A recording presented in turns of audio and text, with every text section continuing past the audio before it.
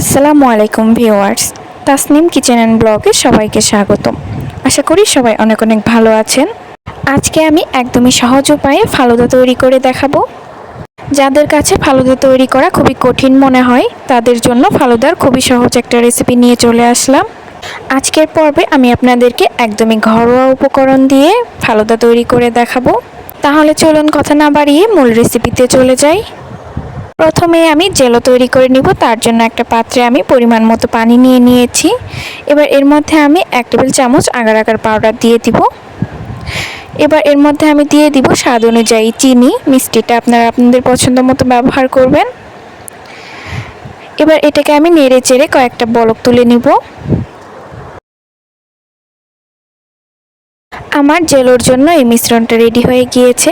এবার এটাকে আমি নামিয়ে একটা পাত্রে উঠিয়ে নিব। আমি এখানে 3টি পাত্রে আলাদাভাবে এগুলোকে নিয়ে নিচ্ছি।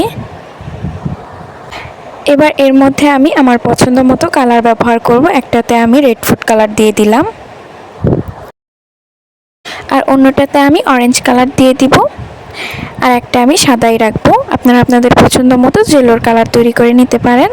এবার এটাকে এইভাবেই কয়েক মিনিটের জন্য ফ্রিজে রেখে দিলে জেলোটা তৈরি হয়ে যাবে। আর এদিকে আমি একটি পাত্রে পরিমাণ মতো দুধ নিয়ে নিয়েছি। এবার এর মধ্যে দিয়ে দিব স্বাদ মতো চিনি, আর দিয়ে দিব হাফ কাপ গুঁড়া দুধ।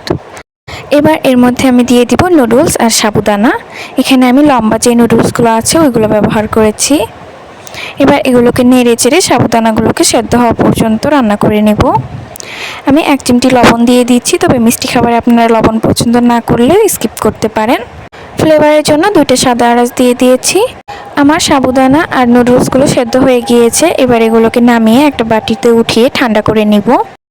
আর এইদিকে আমার জেলোগুলো খুব ভালোভাবে সেট হয়ে গিয়েছে। এবার এগুলোকে আমি কেটে নিব।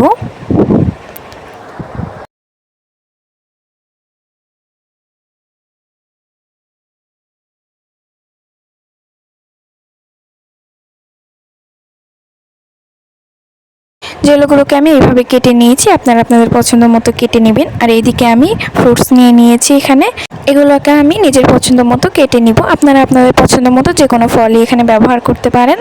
আর এইদিকে আমার এই মিশ্রণটাও ঠান্ডা হয়ে গিয়েছে। এবার এর মধ্যে আমি কেটে নেওয়া একে একে ফলগুলো দিয়ে দিব। এর মধ্যে আমি দিয়ে দিচ্ছি আঙ্গুর, আপেল দিয়ে দিচ্ছি,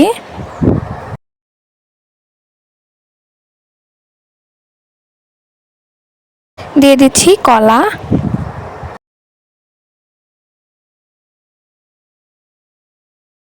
আর দিয়ে দিচ্ছি কালো আঙ্গুর। সবশেষে দিয়ে দিব বাদাম কুচি।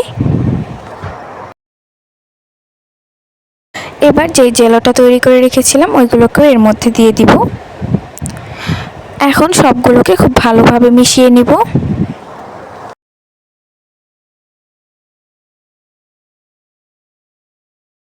মিশিয়ে নেওয়া হয়ে গেলে এবার উপর দিয়ে আমি ভ্যানিলা আইসক্রিম দিয়ে দিচ্ছি। কেউ চাইলে এটা স্কিপ করতে পারেন, তবে ফালুদায় আইসক্রিম দিলে ফালুদার স্বাদটা আরও বেশি গুণে বেড়ে যায়। তৈরি হয়ে গেল আমার ফালুদার রেসিপি।